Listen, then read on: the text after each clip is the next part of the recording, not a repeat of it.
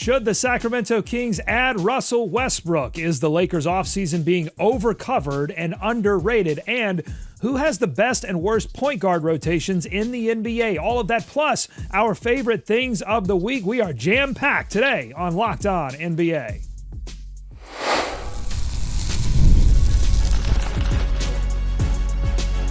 You are Locked On NBA, your daily NBA podcast.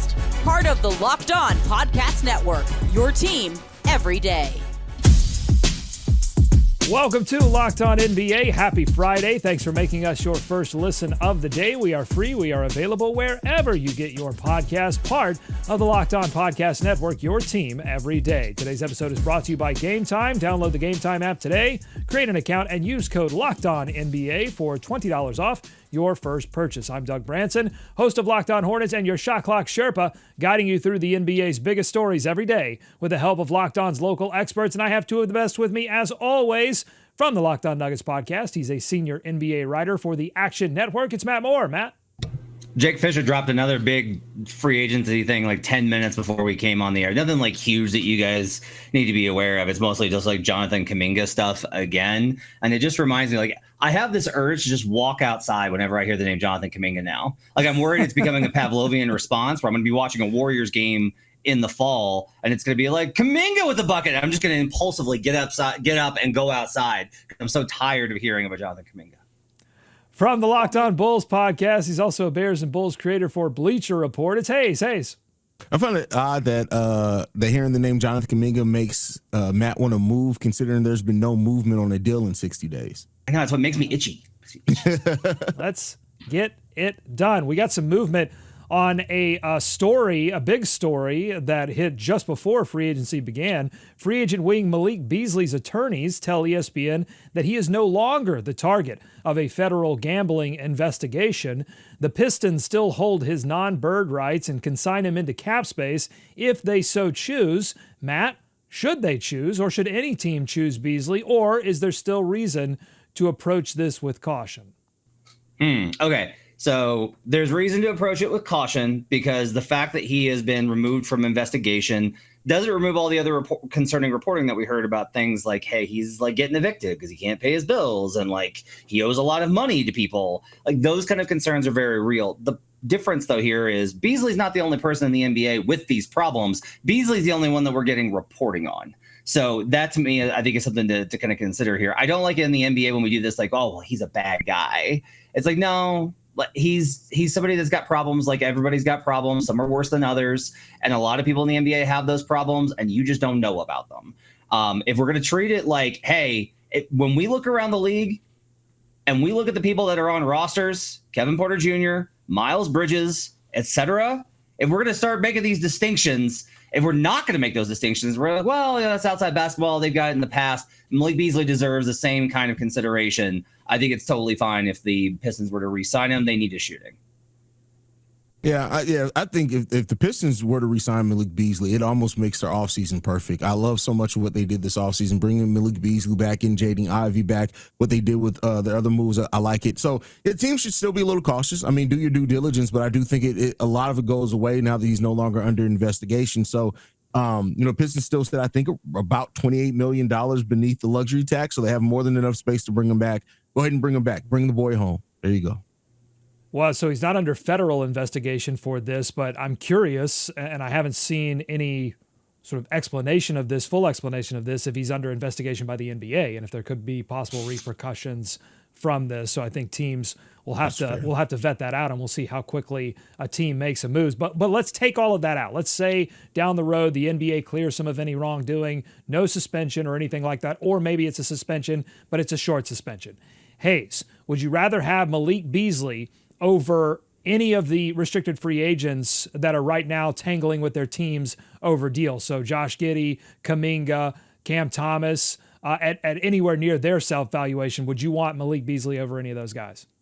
Yeah, because I think it's going to be less of a cost, less of a headache, and he's kind of a more proven commodity. While a lot of people have made a lot about Malik Beasley and the efficiency that he shot from, when you actually dig into the numbers and you see how good he's been as a shooter, even on contested shots throughout his career, he's a guy that I want on my roster. You know, a guy like, for example, Derek White. I'm not in no way saying Malik Beasley is as good as Derek White, not saying that. But like Derek White, a lot of his shots are considered wide open because of the gravity of the players that he's playing with. Malik Beasley over his career has hit difficult shots. He's hit guarded shots, contested shots. So I think that alone, and for the cost that it would probably take to get him, especially with all this going on, I'd rather have him just for the lack of headache.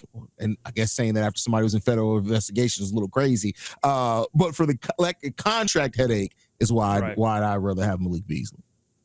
Yeah, I mean, there's really only 4 RFAs that we're talking about here. We're talking about Giddey, Kuminga, Grimes, and Cam Thomas. And so I would rather have those guys because it's a little bit apples to oranges. Beasley can't do what Grimes, Giddey, Kuminga, or Thomas can do, which is create on ball. Like Malik is just a spot up shooter. He's not great defensively.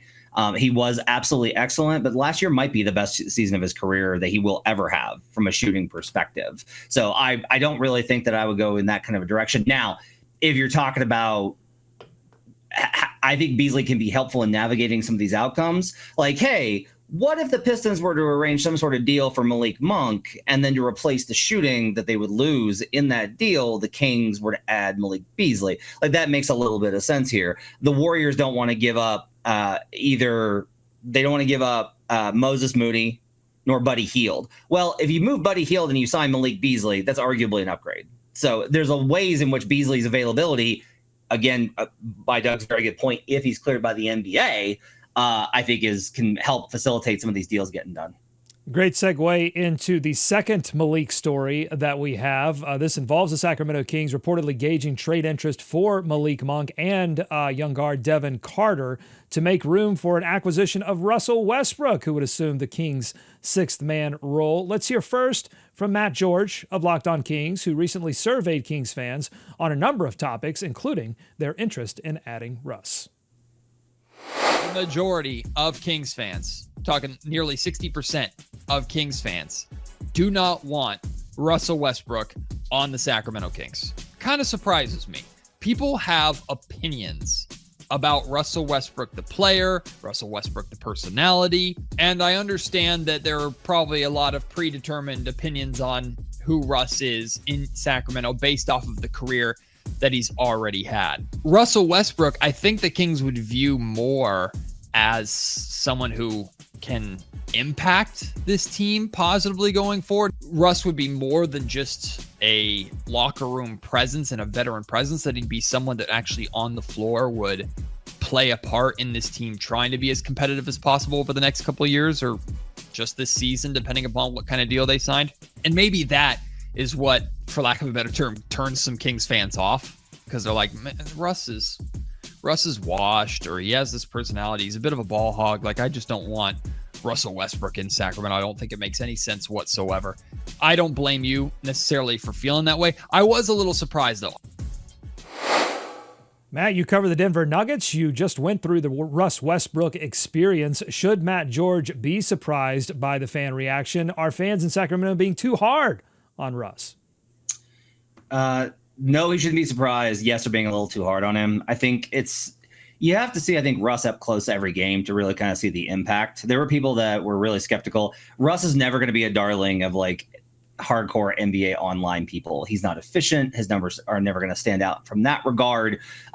He misses a lot of layups, which are just absolutely killer. He's not a pretty shooty hooper, like these type of things. Like, he doesn't fit any of the things that make people popular with current demographics. He's also just like, there's a lot of tough moments with Russ. When Russ is bad, he is horrible. And I understand. And those moments get amplified way more than the good moments that you get with Russ. He's overall a net positive in a limited role. I have another question. Hayes, they had Dennis Schroeder was like the guy that they go out and got. They were like, gotta get Dennis Schroeder in free agency. And now they're trying to get Russ. Now, Russ is just a bench player. That's fine. DeMar DeRozan, Zach LaVine, like, what's going on? They are adding a lot of guys that need the ball in Sacramento. I'm doing windy fingers, man. What's going on here? I have no idea. I have no idea what to tell you there, Matt, because I look at this, and that was going to be the standpoint I took on it, because are they just trying to create just the most awkward team in the NBA this season? Because even if you're bringing Russ off the bench, you're still going to have to play DeMar heavy minutes. Zach's going to play a lot of minutes. I just don't see how the offense there is as fluid as what they needed to be. But then again, I don't know if it would be even if they don't add Russ. At this point, add the talent, have fun this season, and go after it. Kings fans are already pissed off at the state of this team anyway at this point. Like, it's the fact that we aren't even that far removed from the Beam team, and now we're here at the place where we're talking Zach LaVine, DeMar DeRozan, and Russell Westbrook is crazy. I'll posit a theory. Maybe they are trying to lobby for your vote on the best guard rotation in the NBA, which we will do coming up later in the show. Maybe that's the whole idea here, Matt. Maybe. Okay. We'll see. We'll see who they pick. I don't think it's going to be the Kings. I don't think they're going to be the worst either. We'll do best and worst guard rotations coming up. Plus, we'll dig in and preview the Elite Eight of our tournament of moves, and we're going to rate, underrate, overrate some NBA off seasons, including the Los Angeles Lakers. That's all ahead on Locked On NBA. Today's episode of Locked On NBA is brought to you by Game Time. Have you ever decided at the last minute to head to a ball game with friends or family? Maybe it's game day and you suddenly realize you want to be in the stands. That's exactly where Game Time comes in. It is the easiest way to grab last-minute tickets without all of the stress. With the money that you save on tickets, you can splurge on food, drinks, merch, or even invite a bigger group of people to come with you. Game Time makes it possible. Game Time makes buying tickets for any event fast and simple. Prices on the app actually drop the closer you get to first pitch, and they've got incredible last-minute deals, clear seat views, and a lowest price guarantee that takes the worrying out of buying. Tired of endless scrolling trying to find the best deal? Game Time Zone Deals pick the best seats in your section for you. Take the guesswork out of buying tickets with Game Time. Download the Game Time app, create an account, and use code LOCKEDONNBA for $20 off your first purchase. Terms apply. Again, create an account and redeem code LOCKEDONNBA for $20 off. Download the Game Time app today. Last minute tickets, lowest prices guaranteed. More Locked On NBA ahead. Thanks for making Locked On NBA your first listen every day. We are one of the most listened to podcasts on the Locked On Podcast Network, and we thank you for that. We're now on a mission to become the most watched show on the network. If you've been listening for a long time, please support the show by going to youtube.com/@LockedOnNBA. Subscribe and leave us a comment. Let us know what you think about the show. With the offseason mostly behind us, we're seeing offseason ranking articles popping up, including one from David Aldridge writing for The Athletic. Locked On Lakers was not in love with David's take on the moves LA made over the summer. Let's listen.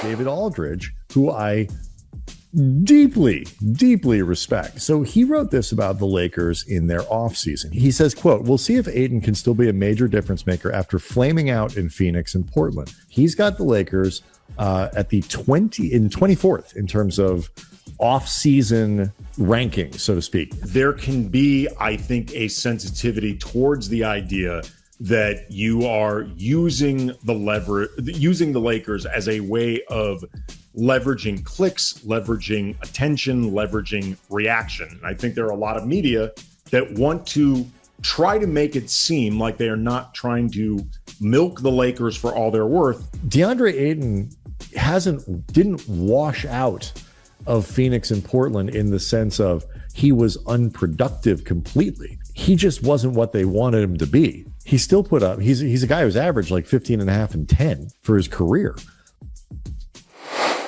All right, Matt, you get name checked in this podcast as well, but as someone who has written that the Lakers offseason is actually underrated, what do you make of their take there that maybe the Lakers are so overcovered, oversaturated, that media members tend to underrate what they do as sort of cover for covering them more? Yeah, over at Fanside, the article that I wrote was overhyped but underrated, and that's kind of who the Lakers are. They had DeAndre Ayton, big name, but it's like, okay, take the name off of it, and let's look at like who the player is. Elite pick and roll center. That's what they need next to Luka. Oh, Marcus Smart, former defensive player of the year. Okay, take the name off of it. Valuable veteran role player. Inconsistent shooter, but a little bit of shooting chops there, right? So the overall kind of projection here is like all of the drama and like the Luka, the body, and all these types of things. But when we actually just like look at like what's the construct of this team going to be? They've got big, not one singular big. I'm not saying it's great. They've got wings and they got Luka Doncic and Austin Reeves. Like, that's still a lot of talent for them to be able to compete. This was a team that finished third in the Western Conference last season, Hayes. I think we're kind of overlooking the Lakers because everyone's so eye-rolly about how they're talked about, which, don't get me wrong, no one's eyes roll harder than me when it comes to Los Angeles Lakers. Yeah, I mean, it comes with the territory of being the Los Angeles Lakers. Are people going to leverage the Lakers name for clicks? Absolutely. Is it going to stop? No, it's not going to stop anytime soon. But I do think there are legitimate questions about DeAndre Ayton. He is somebody whose work ethic has been questioned at every stop that he's been in. His desire to really put in the work has been questioned in most every stop that he's been in. This is an opportunity for him, much like Luka, to change the conversation around his conditioning. This is DeAndre Ayton to really lock in with the roster that needs him. They need a skill set. And I'm not saying he's necessarily the best center fit with Luka, but they can make it work. And so I think there are legitimate reasons to question and doubt Ayton and how good he's going to be for the Lakers. But he is a player that has been productive. He is a player that's put up numbers. And with the questions around his work ethic, he did that with being quote unquote lazy. Can't wait to see what he does if he actually locks in. Let's go through a couple of other teams and have you decide if their off seasons have been properly rated, overrated, or underrated. We'll begin with the New York Knicks, who added Gershon Yabusele, Jordan Clarkson. They added a new coach in Mike Brown. They extended Mikal Bridges. David Aldridge, in his article for The Athletic, has them ranked 15th in the NBA for their offseason. Hayes, are the Knicks, by David or anyone else, do you think they're being overrated, underrated, or properly rated for their offseason? I mean, I think they're being properly rated. I mean, they haven't really made any changes at all. They're hoping that a lot of the changes are going to come via what they've changed at coach. And I just don't know. Like, I have no doubts that Mike Brown is a solid coach, but I don't know if I expect him to get much different out of this roster than Tom Thibodeau did. So, and for what it's worth, I mean, Mikal Bridges and Karl-Anthony Towns were acquisitions, in the offseason. Karl-Anthony Towns was a late offseason acquisition, almost right before training camp. So, hopefully, and I'm sure they're hoping what they went through in the playoffs, those battles have helped them start off this season better, but I think they're about appropriately rated. Properly rated. 15th is perfect. Jordan Clarkson, totally fine pickup. Defensive liability, can score off the bench. If he hasn't been infected by the tanking, because that does happen, I think sometimes, his shooting numbers were not good last year. But if he goes back to being Jordan Clarkson, perfectly fine guy off the bench. Gershon, good, another big to have. You can play him with Towns. You can play him with Mitchell Robinson. It's totally fine. Nothing exciting. Nothing amazing. They're probably being overrated as far as the projection of them is like they're the major threat in the Eastern Conference along with the Cavs. It's like, it's the Cavs. And then like the Knicks might be there. I think the Knicks are a little overrated with how we talk about them, but not because of their offseason, which was just fine.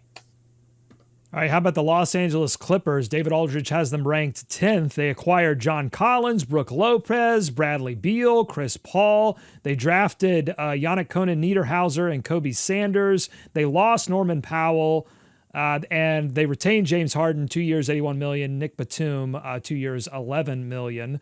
Matt, overrated, underrated, properly rated, the Clippers offseason. If we take Aldridge, who I think is a good bellwether for this, is like the average perception, I think 10th is probably a little underrated. Having the ability to go from Ivica Zubac to Brook Lopez is huge, not just for the matchup with Nikola Jokic. It's just like you're always going to have an elite defensive center on the floor. Always. You will always have one on the court. You need both of them hurt to not have those minutes available in a game. And that can happen, but it's such good redundancy. Having the ability to be like, hey, let's build a defensive lineup. All right, we're going to have Chris Paul and Chris Dunn, and then we'll go bigger with like Derrick Jones Jr. and be able to build it that way. And then on the other end, be like, all right, let's go offense. We're just going to absolutely overwhelm this team with offense. We're going to have Harden and Beal and Kawhi. Like their versatility in building lineups and the redundancy, which allows them to survive when guys need to miss time because this team is old. I think is really good. I think they did an awesome job there with building this roster. I think the Clippers are going to have a phenomenal season. Yeah, the Clippers are going to be a really good regular season team, and they have a roster that makes sense. Yeah, they're old, but I think when you look at the timeline and where all the contracts overlap, it makes sense of what they did with the roster. The fit is going to be, we'll see how it fits over the course of the season. Kawhi's health is always going to be a question, but if you eliminate those things that are always going to be a question for this team, regardless, I really do like this Clippers roster. I think they're going to win a lot of regular season games. It's going to come down to matchups for them in the postseason for me, but we got to get through 82 games before we get there, and I think they're going to be a really good 82 game team this year at least. Brings a tear to my eye. The Clippers turning a corner for Hayes. I knew we would get here eventually. Okay, very quickly, Matt. This ranking has the Denver Nuggets third. Is that you cover the team? Is that properly rated, overrated, or underrated? Properly rated. It's an upgrade of Cam Johnson over Michael Porter Jr. for no other reason than just podcast material. And then I think also if we look at adding Tim Hardaway Jr., Bruce Brown, like their lineups just should be better. It's not going to be Jokic and nothing else a lot of the time. It should make Jamal Murray and Aaron Gordon better. Third is, I think, a great rating for them. Hayes, David. Oh, go ahead. Do you have thoughts on the Nuggets? Yeah, the Nuggets.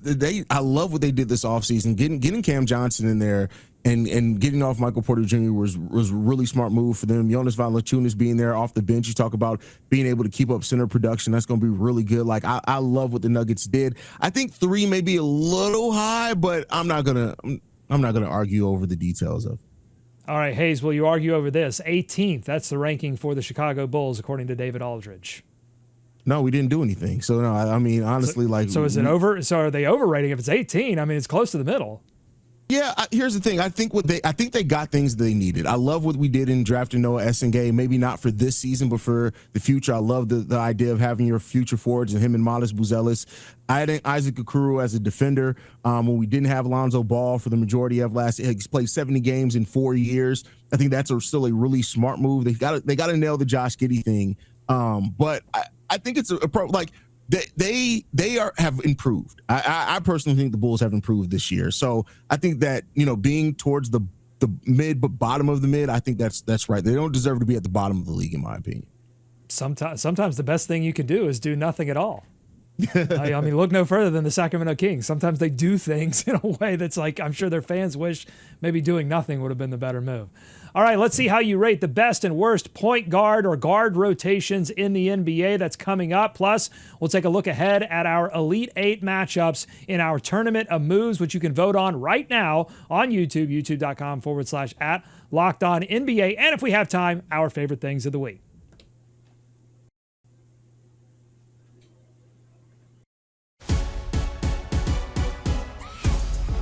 Thanks for making Locked On NBA your first listen every day. It has been position group week here on Locked On NBA. We've been looking at the best and worst teams by position group. We did the bigs, we did the wings, and now we do the guards, the point guards, the ball handlers, however you want to think of them. Matt, who has the best rotation up top?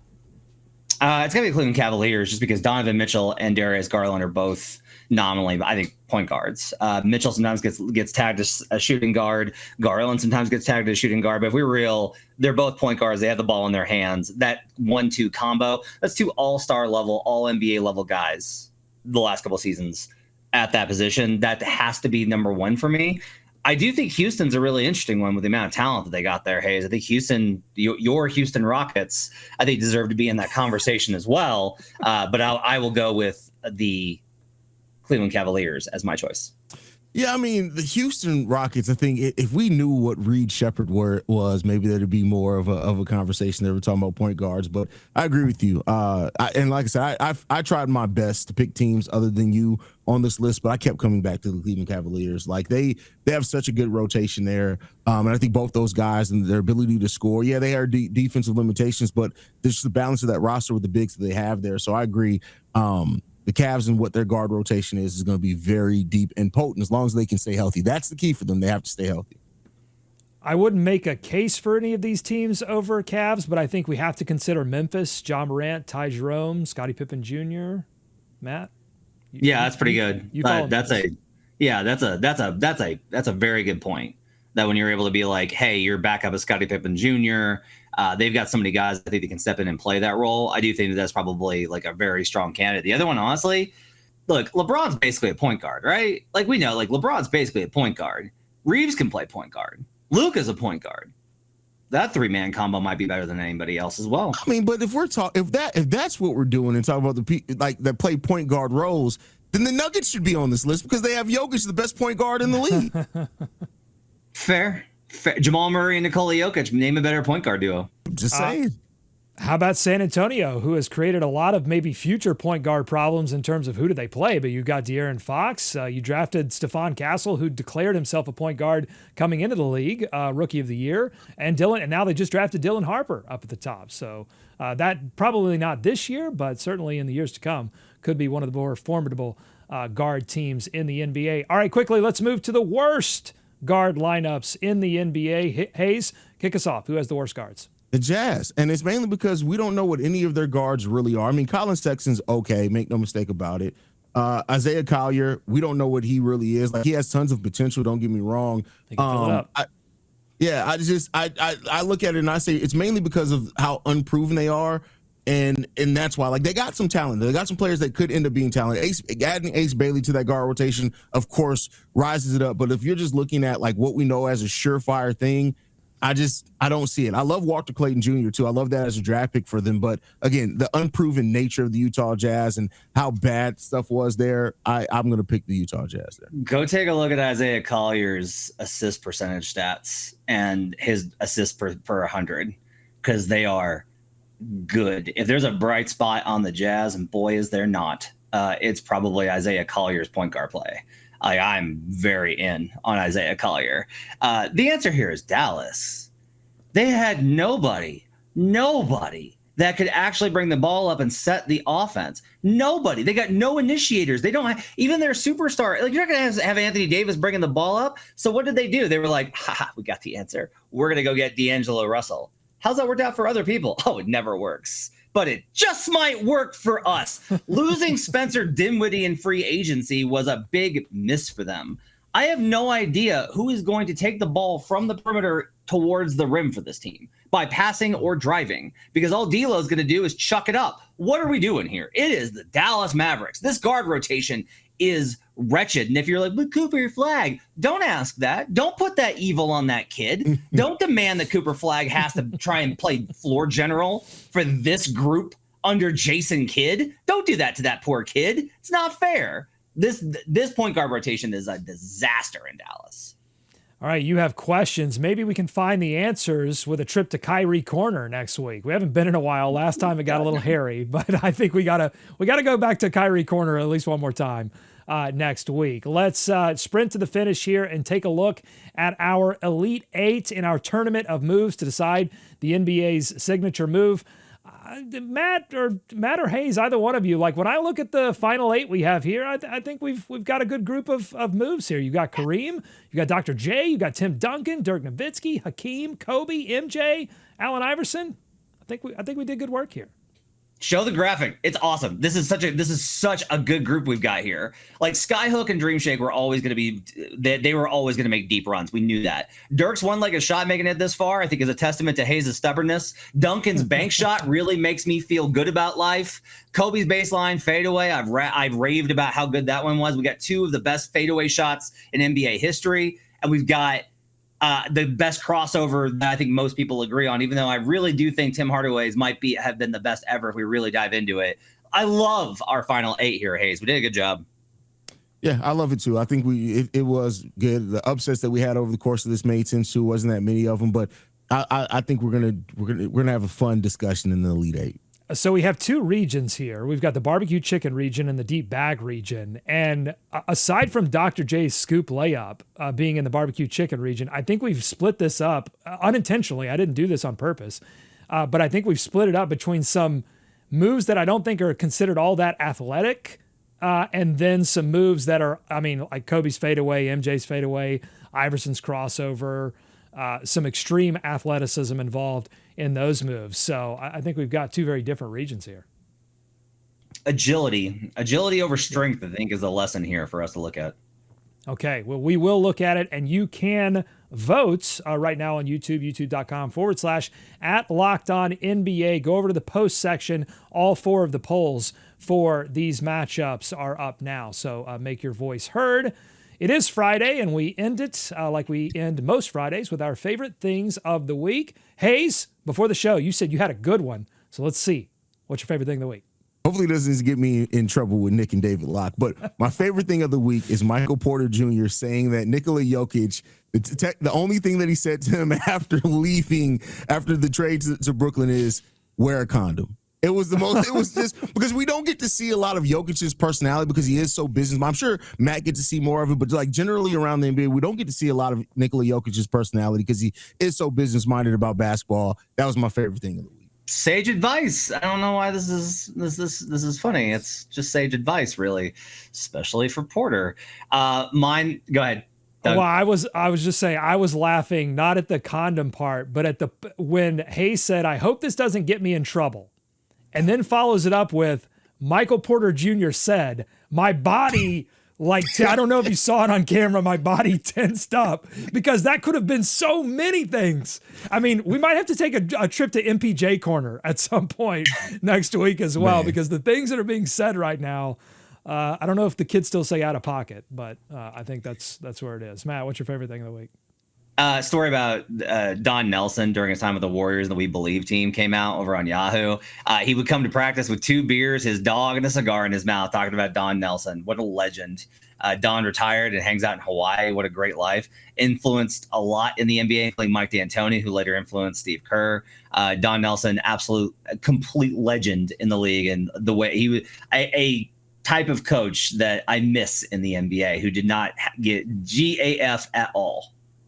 No, I agree with that. I was just thinking, is Don Nelson the closest thing the NBA has to like a John Daly figure, in the sense of like a figure that is so outside of what you would normally think how someone was supposed to think or behave or do? I mean, maybe Pop is a little bit like that, but the personality there from Don Nelson sometimes, I think it's John Daly-esque to me. My favorite thing of the week was Yao Ming in an interview asked why he loved Philadelphia, the city of Philadelphia. Just one word answer from Yao: cheesesteak. And yeah, that's my favorite. That's my favorite thing all time: cheesesteak and whoopie pies from Philadelphia.